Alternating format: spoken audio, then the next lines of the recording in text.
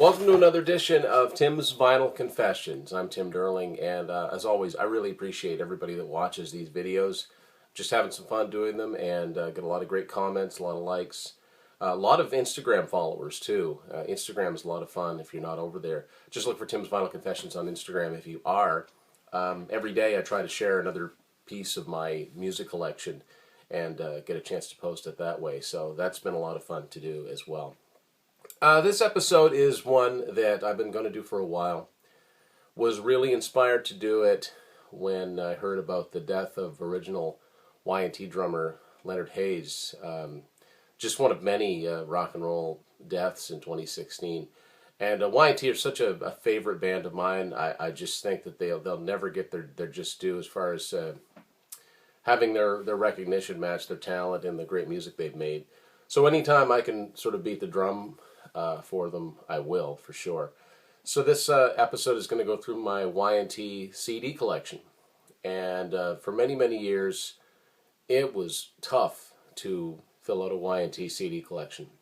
It was really, really hard. They were never that big a band, and it was pretty much imports that did it. But I'll get into that as I get to some of the individual discs.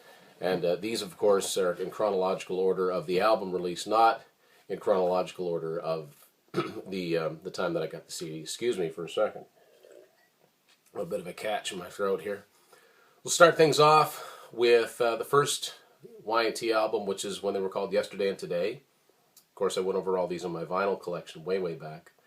This CD, the album originally came out in 1976. This CD didn't come out until 1992, and this company called Mondo Records released the first two Yesterday and Today albums. Now, interestingly enough, if you have the record, it's a picture of the late Phil Kennemore they had to take out of that corner for some reason.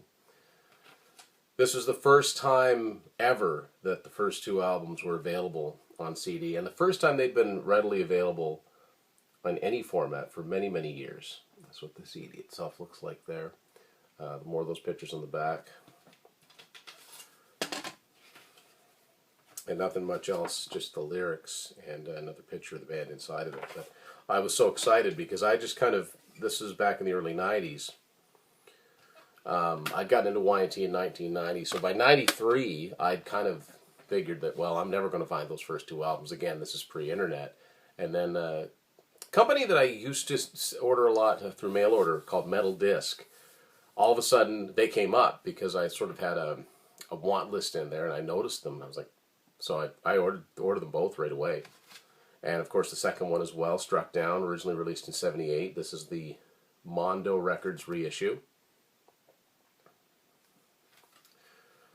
Not very imaginative, just using the artwork given from the original London Records recordings. But again, it was making them available. Although the unfortunate thing is that, according to Dave Meniketti, the band was pretty much ripped off for these two albums. They got a little bit of money up front, but this company folded, and when it folded, there was no money coming in, or for whatever.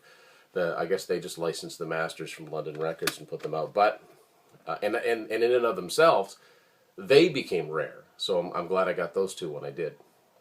Now I got into Y&T in 1990. Saw the Don't Be Afraid of the Dark video. And quickly realized, I knew a little bit about them, but I quickly realized just how hard it was going to be to find their stuff, because most of their albums at that point had been deleted, and it was just kind of check every store, mostly in the States, anytime I would get into the States to check out record stores, and I was buying cassettes at that point.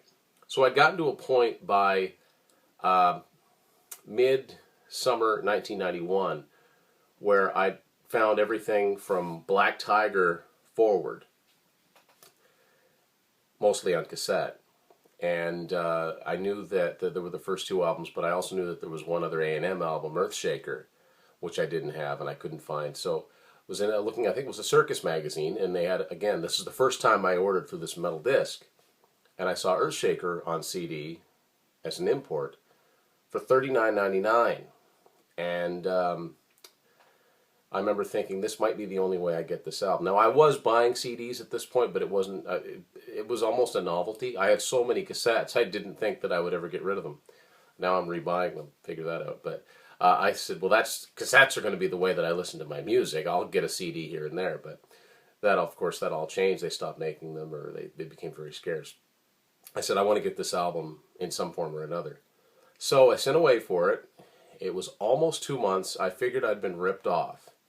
But finally, I remember it came, a Japanese import of Earthshaker. Was very excited. I didn't know what the album looked like. I knew 4 of the 10 songs that were on it because of the best of 81 to 85. But this was very striking when I first saw it because, first of all, it doesn't have the standard Y&T logo as it would become. I kind of like this logo, though, the Earthshaker logo. It's very, I like the other one better, but it's cool that they were trying different things. They started out with this one, and everything's just sort of blowing in that direction. This is what it looked like on the side. So this is this version of it that I've got. And back cover. And of course, this is the first Japanese import CD I got. It would not be the last. It's written in Japanese on that side. As a matter of fact, I think I may have had to do a little taping, a little Scotch tape, because when I put them on this side, this was the Japanese side, so when you put it in, you couldn't read it. Anyway, this is what the CD itself looked like. Originally, like any Japanese import CD, this would have come with an obi strip. Now, I used to keep them, but I got rid of some of them over the years. Kind of wish I'd kept them. But Japanese import CDs also came with these booklets. Excellent HRHM 2000 series. I'm guessing HRHM stands for Hard Rock Heavy Metal. A&M logo on the other side of it. I remember thinking it's so strange that A&M being an American company, and I had to send away to Japan to get an album that they released. But anyway, lyrics in English and Japanese. Now there are some translations that weren't quite right, but so then there was the booklet itself. Of course, I love reading the credits, and I wanted to know more about the making of this album, and this actually details it quite well.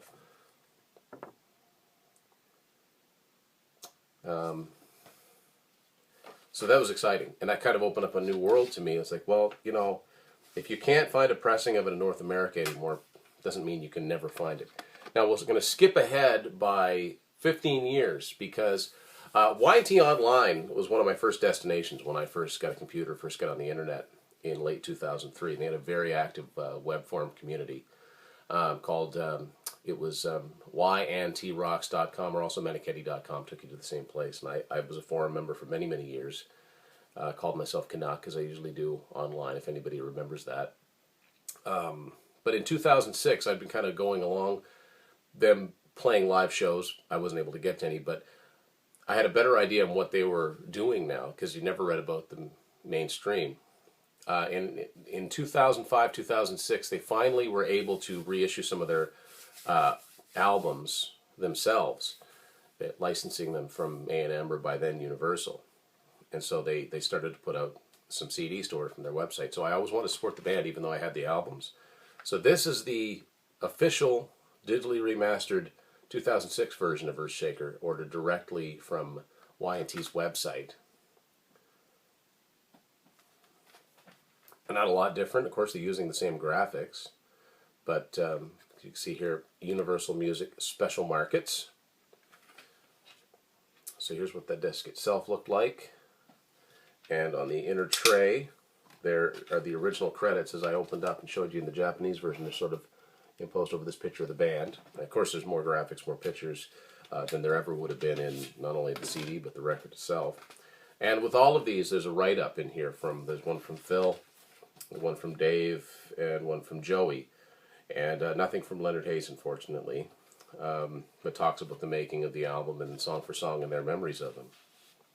And for a lot of people that didn't get imports, that was the first time that they would have been able to get Earthshaker on record, any of the band's A&M albums. Excuse me again. So the second A&M album for Y&T, their fourth album overall, was Black Tiger, came out in 1992. This is another Japanese import. This is a later version than the Earthshaker, what the Earthshaker one looked like on the side. These ones kind of look like this. Back cover, same as the record. And the CD looks much like the Earthshaker disc. And of course it came with a booklet. Looks very much like the one that came in Earthshaker. That one just went flying. We'll get that later. Do this all again.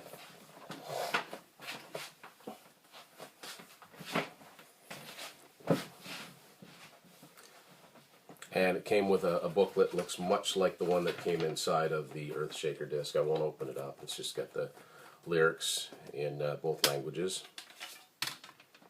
That's the back cover insert of the CD, and then the inside of it. That's basically, well, not even that, because the inside of the original American cassette didn't have very much in it, but that's the credits on the making of the album. Black Tiger, of course, was another one of the albums that fans had been really wanting to see reissued, and so they did. Same as the Earthshaker one.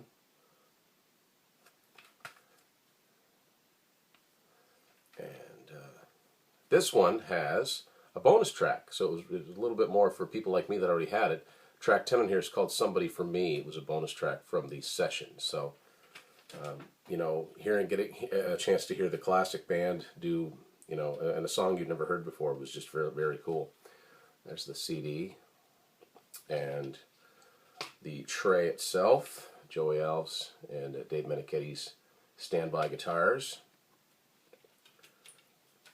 And again, write-ups from the band members about the making of Black Tiger. This one talks about going to England to record with Max Norman. Both Y&T and another band I love, Coney Hatch, talk about working with Max Norman is not the most pleasant of experiences, but they kind of say it with a smile. Yeah, I guess he was kind of very opinionated. So next up, this is actually the first Y&T album I ever bought when I bought just cassettes. Once I get into the band, Mean Streak, and this is the first time I had it on CD. This is a Japanese import CD. Love, love, love that album cover. Might be my favorite Y&T album cover, and it is one of my favorite albums too. That's what that looks like on the side. Back cover, same graphics as the record.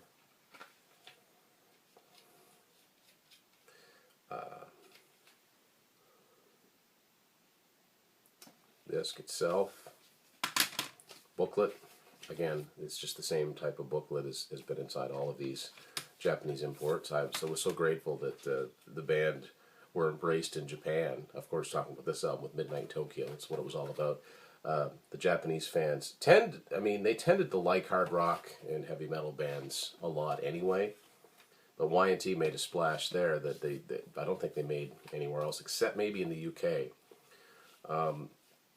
But obviously because of that, their albums were always available over there. And this, of course, is the 2006 remastered edition. This one also has a bonus track on it, track 10, called I'm Not Sorry, which is, pretty sure I remember reading it was one of the first songs that the band ever wrote together. That's what the disc itself looks like. This is the pattern right there. Stack of Marshalls, probably a studio shot. And this one, inside of the booklet, once again, you know, making reminiscences here from the recording of Mean Streak.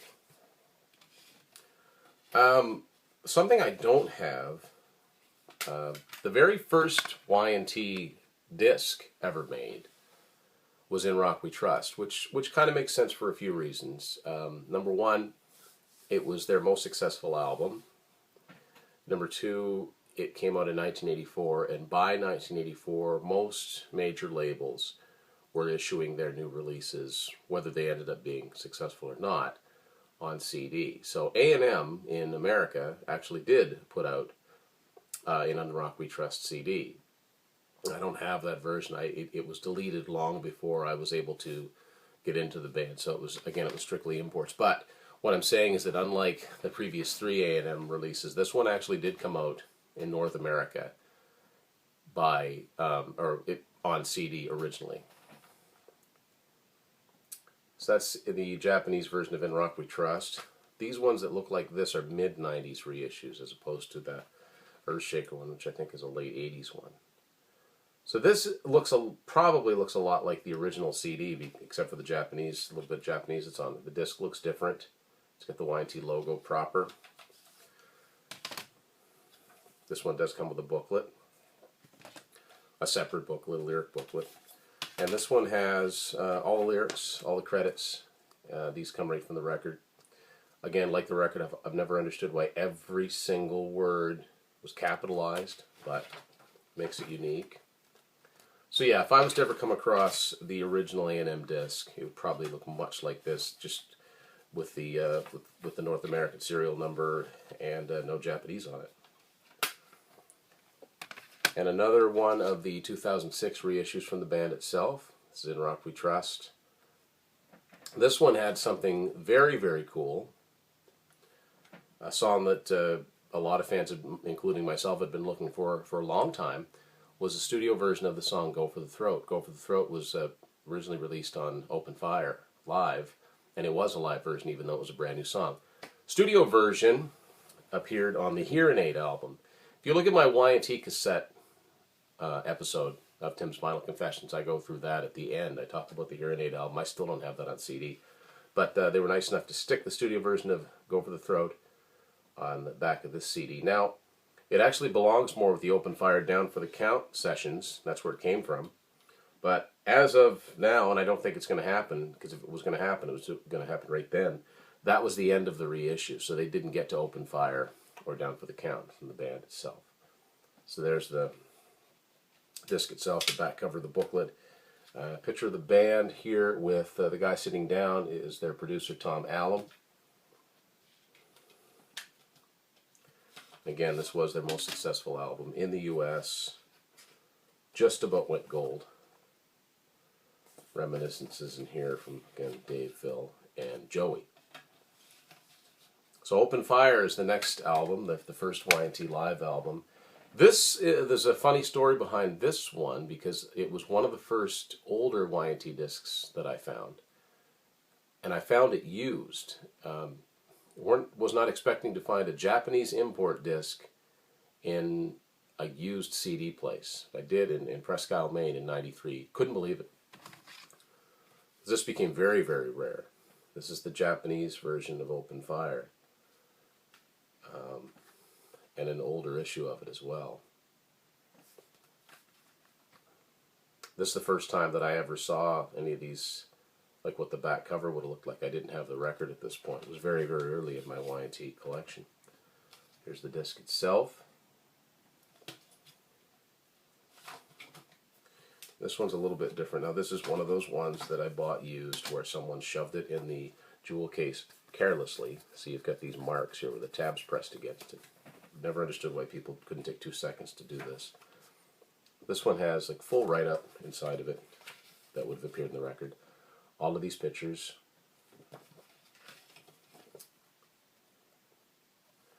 And it also came with a booklet, but this wasn't the regular Japanese, just white booklet with the lyrics. This one is actually personalized. So whatever version of reissues this was, this is the only one I have from it. So it's actually got a little bit of personalization to it. Now what's interesting about this is that not only are the English lyrics here, but this is a live album. So they've taken the time to transcribe what Dave Menichetti says on stage. Give you an example. At the end of 24 hours a day, or 25 hours a day, leading into Rescue Me, it's got here. Okay, and we do want to thank you people for coming out tonight and being as kind and as crazy as you are.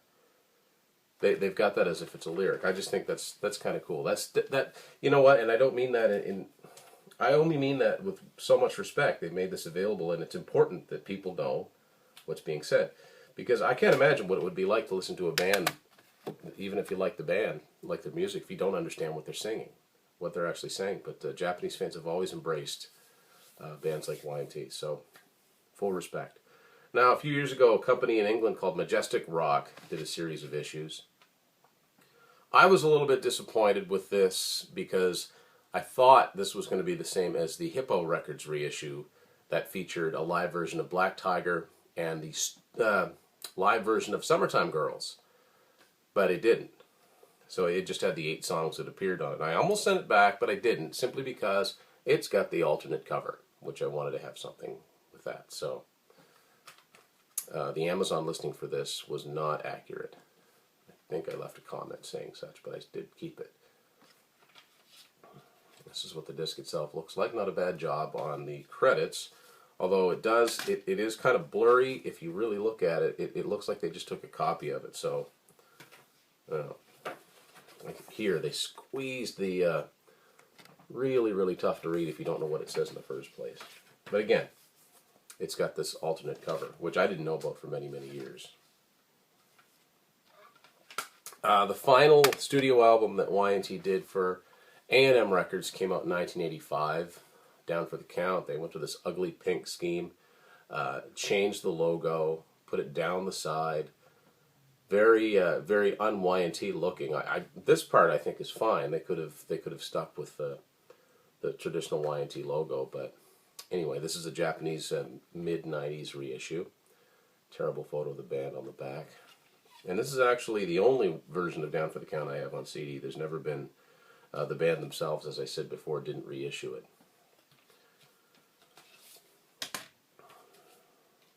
And this is the booklet that came with it, as most of the Japanese issues of the CDs had.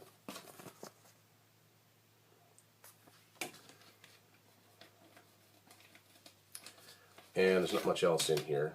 Back cover. And a little bit more credits in there. So Y&T switched from A&M to Geffen, and this is getting to a stage where the CDs came out pretty much the same time as the albums did. Well, yeah, they did. So 1987, the first Geffen album is Contagious. Classic Hugh Syme artwork there. It kind of has his mark all over it. Love the way the colors in the logo here. Of course, this album was supposed to be the big breakthrough for them. It didn't really happen. So this is a U.S. Geffen issue, although it is a slightly newer one because on the very bottom it's distributed by MCA. It's not distributed by Warner Brothers. So this probably came out late 90, early 91. So which tells me that the album sold well enough to at least have another version of it done. That's what the disc itself looks like. Same band photos that are inside the record. This picture is also inside the cassette. And the lyrics and credits are pretty much the same as any other version of Contagious. It was, for a while, this was one of the easier Y&T discs to get a hold of. You could probably still find it. I think with Amazon you can pretty much find them all. So not so much the case with the next one I'm going to show you. A UK company called Castle Communications put out some compilations in the 80s on CD of several bands. Nothing new on them. Very unique logo here. It's just called Anthology. You can see Anthology written down on the blade of the sword there. And at the time I was just so looking for any Y&T on disc that I saw this come up to orders and I got it. Also, there are a few songs on here like Take You to the Limit, Hands of Time. At the time that I bought this, I didn't have it on CD, so it was worth it for that. Now this CD has 16 songs on it. The record and cassette has 20, so they had to drop some songs for length. I have it on cassette now. I haven't had that too awful long, actually, as of this taping, and I don't have it on record yet. There's the back cover. The back cover of the booklet. And a write-up from Neil Jeffries from Kerrang. So again, if you don't have this, there's nothing different on it. But if you're a huge fan like me, it's another release to get. There was a best-of album that A&M put out in Japan called Forever that I've never gotten. There's nothing different on that either. So the album, when I got into Y&T, the album that was current was their 10th album. It was their 10th album overall. I'll show you the, actually I'm going to show you the first. I've got 3 of these because I tend to be a hoarder. Columbia House had they were cleaning out CDs in the late 90s, and they had 10 for like 99 cents or something like that. Actually ordered 4 of these. I gave one of them to Will, who's a frequent co-host, and he really liked the album. I'm not going to open this, but this is the original one. still in the wrap. I'm not going to open it up. But I can show you what's in it because of this other version that I've got. The original version I bought was a Canadian Geffen one, not a Columbia House issue. So I found this in early '92. This is a promo copy of 10 with a different cover on it. So you can see in the serial number it says DJ. This is for promotional copy, not for sale. Promotional is stamped right on the CD itself too. Other than that, the original CD I had looks just like that. But that cover was different. There was actually no booklet in it, so I kept the booklet that came with my original Canadian CD.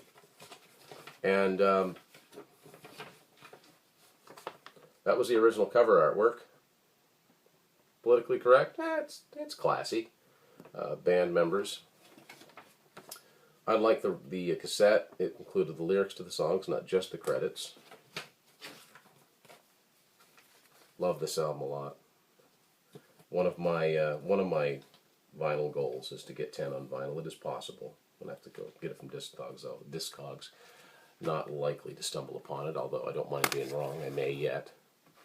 So it's a trend that you'll notice with bands. They sign to another label, and even if there's a hint that they're going to have some success, the old label always puts out a compilation of some sort. It has happened so many times. When Sammy Hagar went from Capitol to Geffen, Capitol started putting out all these compilations. When it happened to Aerosmith twice, when they went from Columbia to Geffen, Columbia started putting out the Classics Live 1 and 2, the Gems, Pandora's Box. And then when they went back to Columbia, Geffen started spitting out all these compilations. So it makes sense. You want to piggyback on the success. So A&M, having, in my opinion, dropped the ball with a great band, they signed to Geffen.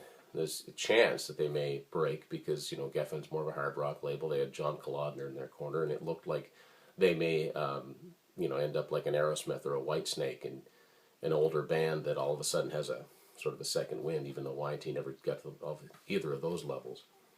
But either way, in a couple of months after 10 came out, A&M put out this Best of 81 to 85. And as weird as this is, I love this album cover. Another John Taylor Dismukes album cover. The long box had the full picture on it, which would have been on the cassette. If you've seen my cassette episode, you know what that looks like. That's what it looked like on the side. And this was the easiest and quickest way to get the A&M stuff on CD for many, many years. It's not a bad compilation. Leans very, very heavily on Earthshaker, Black Tiger, and Mean Streak. I actually like In Rock We Trust and a lot of Down for the Count too. Would have liked a more even distribution, but back cover.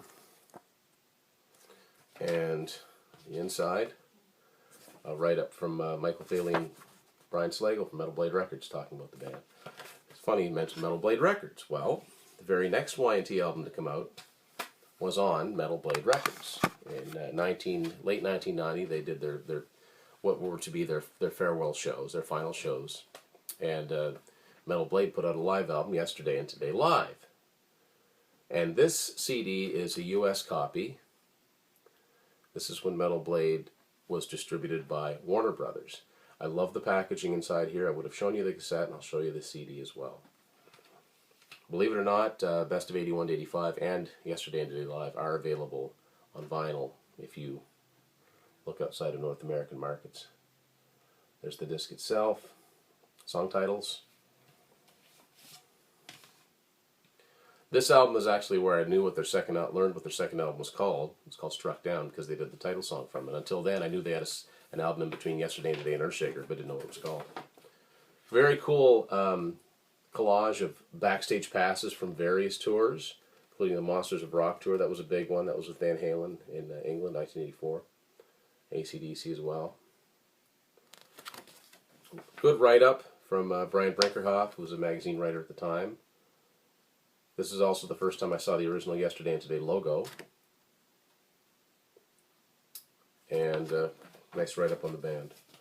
And for many years, of course, that was it. I was still trying to get the Y&T discs, but they were defunct. I was thrilled beyond belief when I found out that they had gotten back together and done a new album. When I first found out you could send away for it.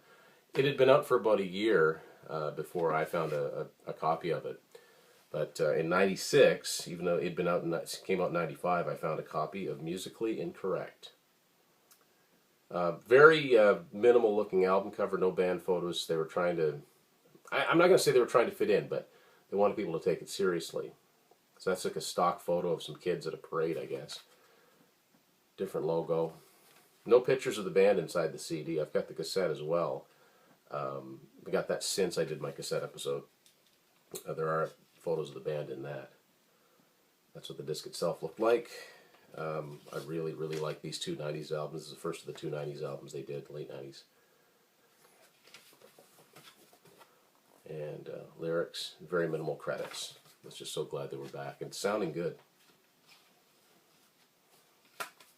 So, about a year after that, they came up with another album, Endangered Species, and this version is the US or UK version on Music for Nations.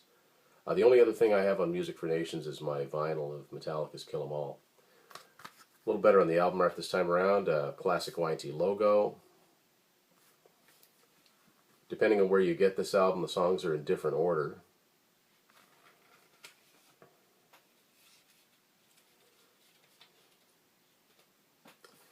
So there's the disc itself.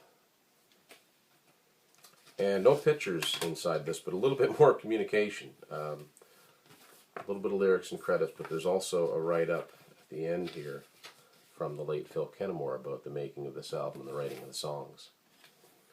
Again, after that, there wasn't much. This is before I had access to the internet, so I wasn't getting much info on Y&T. It's been released a few times, but in 2000, a company called Fuel Records, which also put out the version I have of Musically Incorrect, put this out. BBC Live in Concert. This has also been released as Live at the Friday Rock Show. This is two different performances that would have aired on the BBC, one from '82 and one from '84. For some reason, they didn't edit Rescue Me. Rescue Me appears here twice. They should have put another song in and just left it out, but I was just as well, to find a Y&T disc that I didn't have. That's what the disc itself looks like. Yeah, the first 6 songs were recorded at the Reading Festival in August 29th, '82, and 7 to 12 were recorded at Donington Monsters of Rock, September 14th, 1984, which I mentioned they opened, like Van Halen were the headliners. That was their last gig with David Lee Roth for many, many years. It was the final date of the 1984 tour. A little markup or write-up from Malcolm Dome, well-known writer. You probably know who he looks like if you've seen him on enough documentaries. And a picture of the band as it is at this point, still containing Jimmy DeGrasso and Steph Burns alongside Meniketti and Kennemore. So in the early 2000s, some compilations started coming out, whereas Warner Music had Rhino Records that did some cool reissues, compilations, box sets, reissues. Universal Music had Hippo Records. In 2001, they put out a bunch of compilations, the Ultimate Collection, they called them, and this is the Y&T entry. Back cover of Earthshaker, just a black and white print of that. And this starts with Earthshaker and goes all the way to, actually all the way through till the 2 albums they did in the late 90s. Because it's got the re-recording of I'm Lost from Musically Incorrect and God Only Knows from Endangered Species. And there's actually a really good write-up in here. There's the disc itself. Back tray of the disc, back cover of the booklet.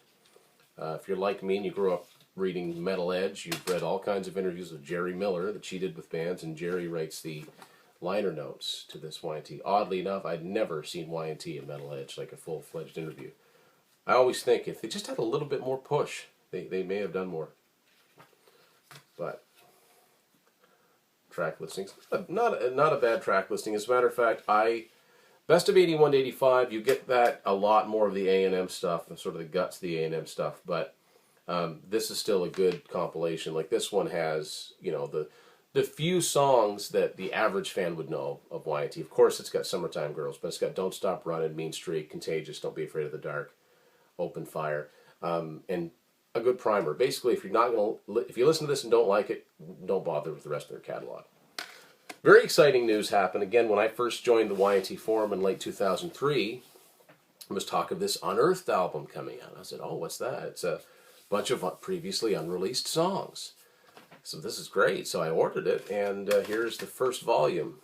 I love the album cover. Would have loved to see this on vinyl, but I was happy to see it in any form. And on the bottom, demos and unreleased recordings from 1974 through 2003. So a lot of them had to be spruced up sonically. And these really do run the gamut of all the way through the beginning of their career to very recently.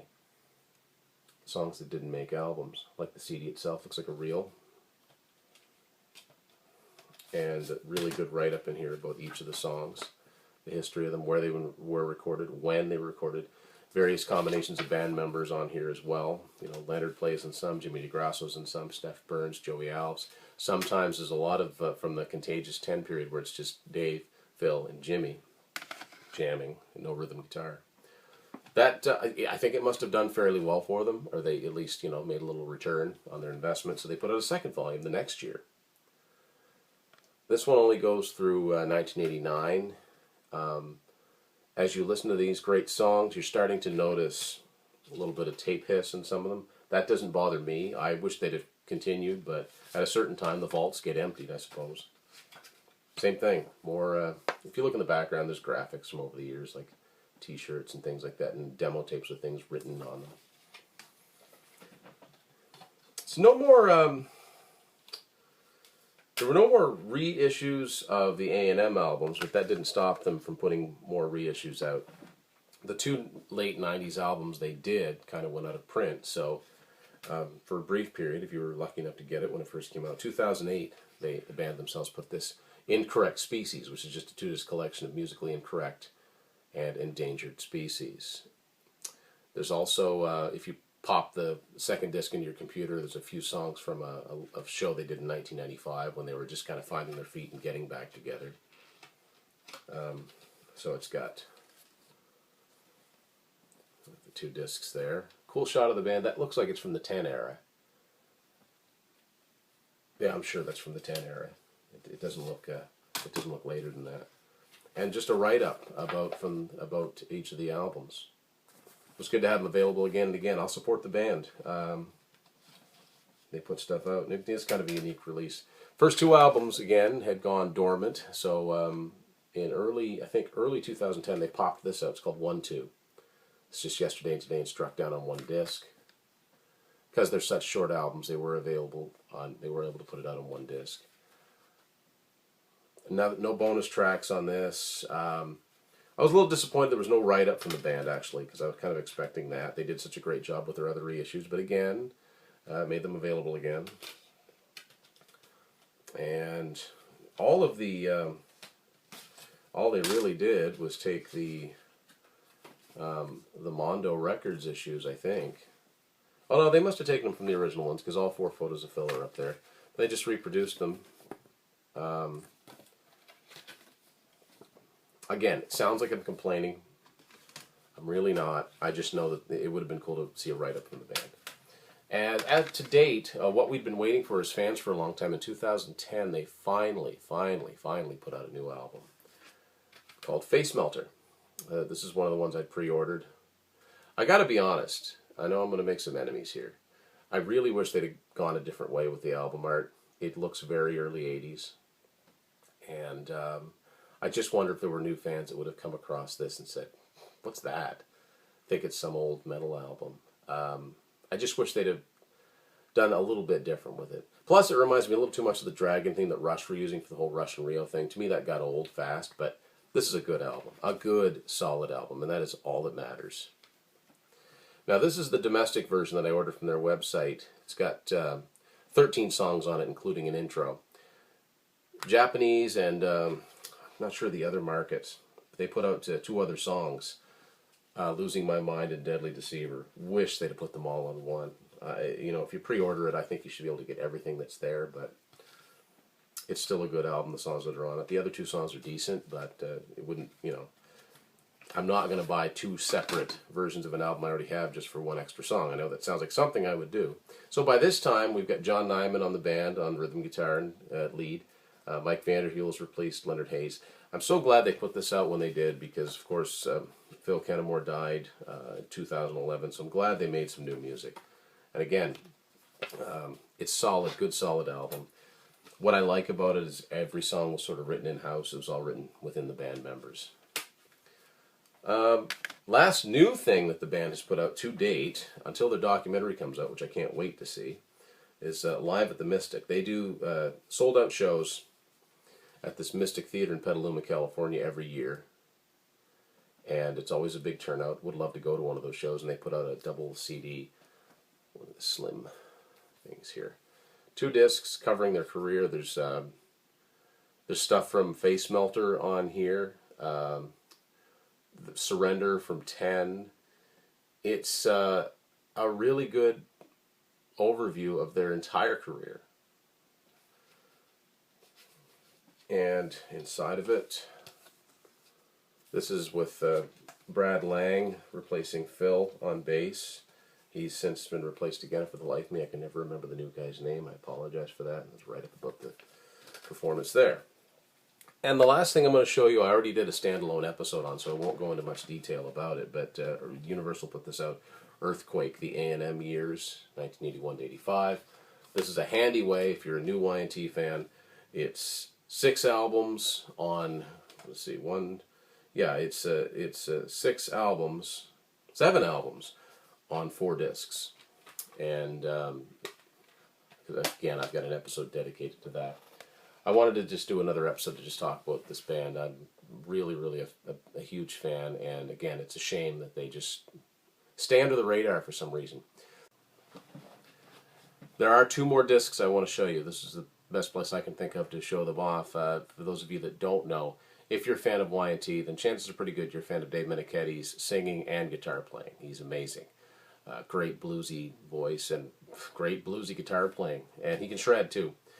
He put out a couple solo albums, and I want to show them off here. First one came out in 1998. This is On the Blue Side. The version I have is an English version. It's on, no, it's not English. It's a US version. It's on Blue Moon Music. He basically put it out himself.